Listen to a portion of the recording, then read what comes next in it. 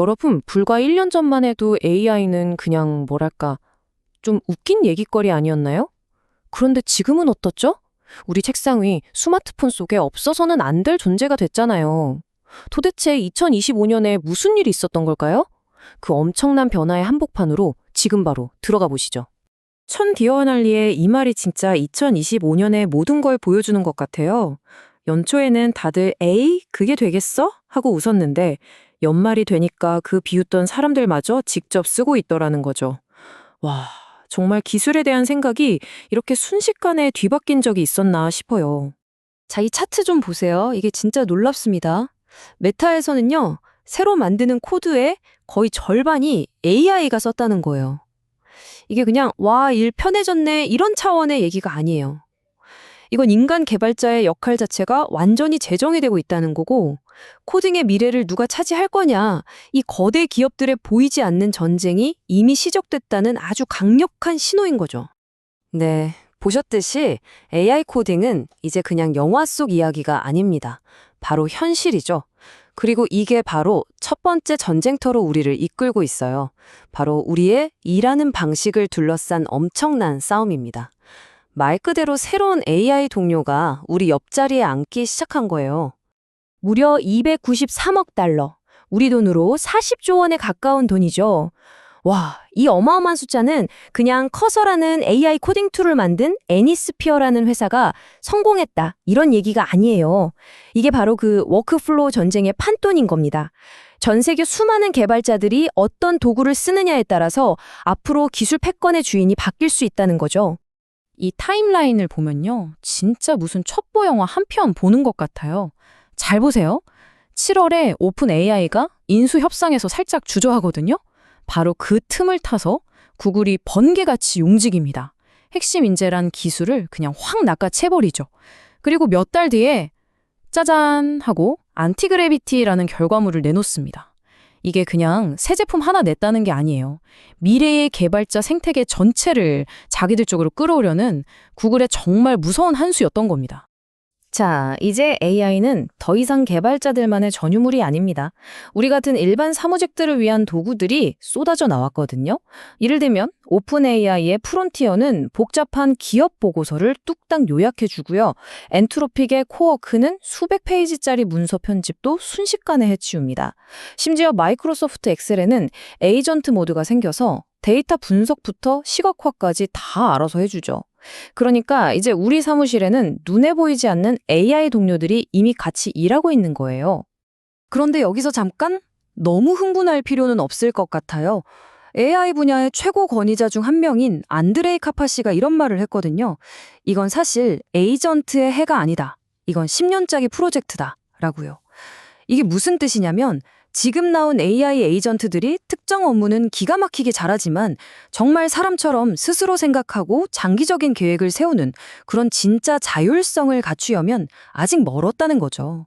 그래서 이게 1년 만에 뚝딱 해결될 문제가 아니라 10년은 내다봐야 하는 긴 여정이라는 겁니다. 자, 지금까지는 우리의 일이 어떻게 바뀌는지를 봤죠. 이제는 훨씬 더 근본적인 전쟁터로 가보겠습니다. 바로 인류가 지식을 탐구하고 발견하는 방식, 그 자체를 둘러싼 싸움, 지식 전쟁입니다. 이 지식 전쟁의 핵심 무기가 바로 에이전틱 리서치 프레임워크라는 건데요. 말이 좀 어렵죠? 쉽게 말해서 이런 거예요. 내가 질문 하나를 딱 던지면 AI가 알아서 수십 명짜리 연구팀을 꾸리는 겁니다. 어떤 AI는 자료를 찾고 어떤 AI는 그 자료를 분석하고 또 다른 AI는 그걸 종합해서 보고서를 쓰는 거죠. 이 모든 과정을 AI 혼자서 다 해낸다는 거예요. 이건 우리가 그냥 구글에 검색어 넣는 거랑은 차원이 다른 정말 고도의 지적 활동이라고 할 수 있습니다. 이 기술이 얼마나 대단한지 진짜 입이 떡 벌어지는 성과 몇 가지만 빠르게 짚어볼게요. 첫 번째, 전 세계 수학 천재들이 모이는 국제수학 올림피아드에서 금메달 수준의 성적을 냈습니다. 이건 그냥 정해진 답을 빨리 찾는 계산기가 아니라는 뜻이에요. 인간 챔피언처럼 창의적으로 문제를 풀어냈다는 거죠. 두 번째, 수십 년 동안 네로라 하는 석학들도 풀지 못했던 수학 난제를 풀어버렸어요. 와우, 이건 그냥 어려운 문제 하나 풀었다. 이 수준을 넘어서는 겁니다. 인류가 아직 가보지 못한 새로운 지식의 영역을 AI가 먼저 탐험하기 시작했다는 신호탄 같은 거예요. 그리고 세 번째, 이게 진짜 결정적입니다.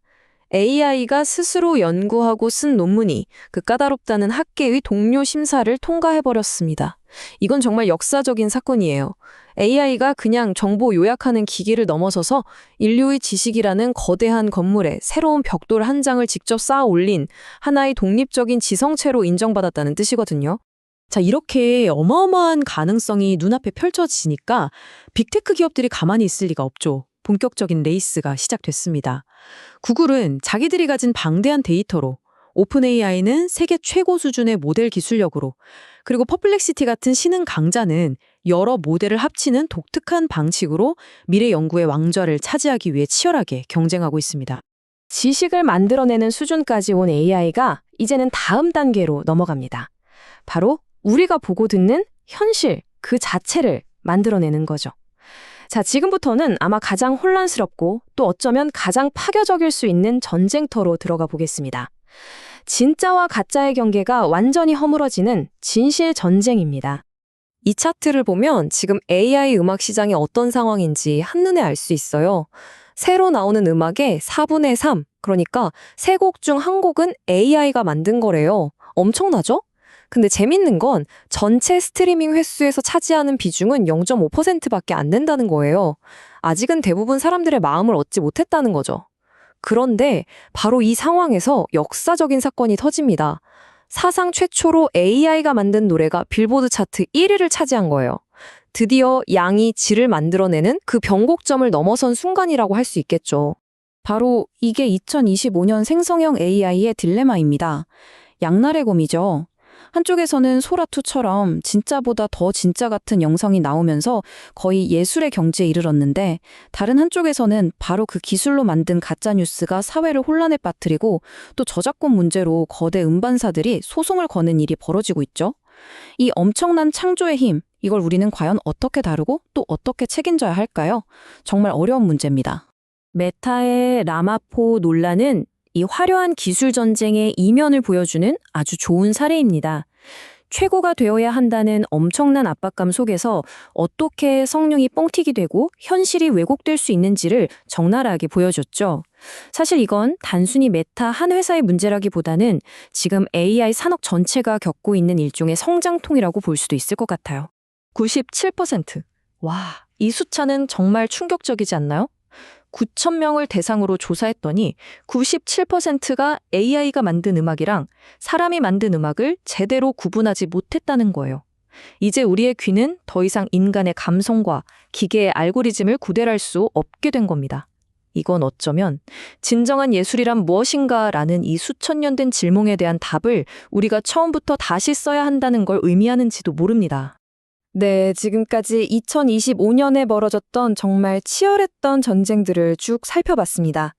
그렇다면 이 싸움이 어느 정도 정리된 2026년, 우리 앞에는 또 어떤 새로운 전쟁터가 펼쳐질까요? 이제 시선을 미래로 한번 돌려보겠습니다. 많은 전문가들이 2020년의 새로운 전선은 크게 이 세 가지가 될 거라고 예측하고 있어요. 첫 번째는 AI에게 기억을 만들어주는 것. 두 번째는 그 기억을 처리할 더 강력하고 똑똑한 전용 뇌, 그러니까 맞춤형 하드웨어를 만드는 경쟁. 그리고 마지막 세 번째는 이 과정에서 아무도 예상하지 못했던 의외의 강자, 다크호스가 나타날 거라는 시나리오입니다. 2020년 AI 기술의 가장 큰 돌파구는 아마 이 기억에서 나올 겁니다. 생각해보세요. 지금 우리가 쓰는 챗봇은 대화창을 닫으면 방금 무슨 얘기를 했는지 싹 잊어버리잖아요. 거의 뭐 금붕어 기억력이죠. 그런데 만약 AI가 나와 나눴던 모든 대화, 내 취향, 내 습관을 전부 기억한다면 어떨까요? 그건 더 이상 단순한 도구가 아니죠. 진짜 나를 위한 개인 비서, 어쩌면 친구나 동반자가 될 수도 있는 겁니다. 모두가 이 기억 문제에 목을 매는 이유가 바로 여기에 있습니다. 그리고 아까 말했던 그 예상치 못한 다크호스, 그게 바로 메타가 될 수도 있습니다. 2025년 말에 메타가 아주 조용히 하지만 결정적인 움직임을 보였거든요. 마누스라는 AI 에이전트 스타트업을 $20억 넘는 돈을 주고 인수했어요. 한번 상상해 보세요. 메타의 스마트 안경을 쓰고 길을 걷는데 그 안경 속 AI 에이전트가 내가 보는 모든 것을 함께 보면서 실시간으로 정보를 알려주고 내 업무를 도와주는 거예요. 바로 그 미래를 위한 정말 무서운 한 수를 둔 거죠. 이 모든 기술의 발전은 결국 하나의 질문으로 돌아옵니다. 그래서 우리는 앞으로 어떻게 일하게 될까? 쇼 디아날리의 이 말처럼 이제 정말 소수의 인원으로 구성된 작은 팀이 수천 명짜리 대기업과 맞붙어 이길 수 있는 시대가 오고 있습니다. 어쩌면 우리는 거대한 조직에 속해서 평생 일한다는 개념 자체가 사라지는 그런 시대의 시작을 보고 있는 건지도 모르겠습니다. 그래서 마지막 질문은 이 영상을 보고 계신 바로 여러분께 던지고 싶습니다. 정말 소수의 사람들이 AI라는 강력한 무기를 가지고 세상을 바꾸는 제품을 만들어낼 때 우리 나머지 사람들은 과연 무엇을 어떻게 해야 할까요? 이 질문에 대한 답을 함께 고민하고 찾아 나가는 것, 어쩌면 이게 앞으로 우리 모두에게 주어진 가장 큰 숙제가 아닐까 싶습니다.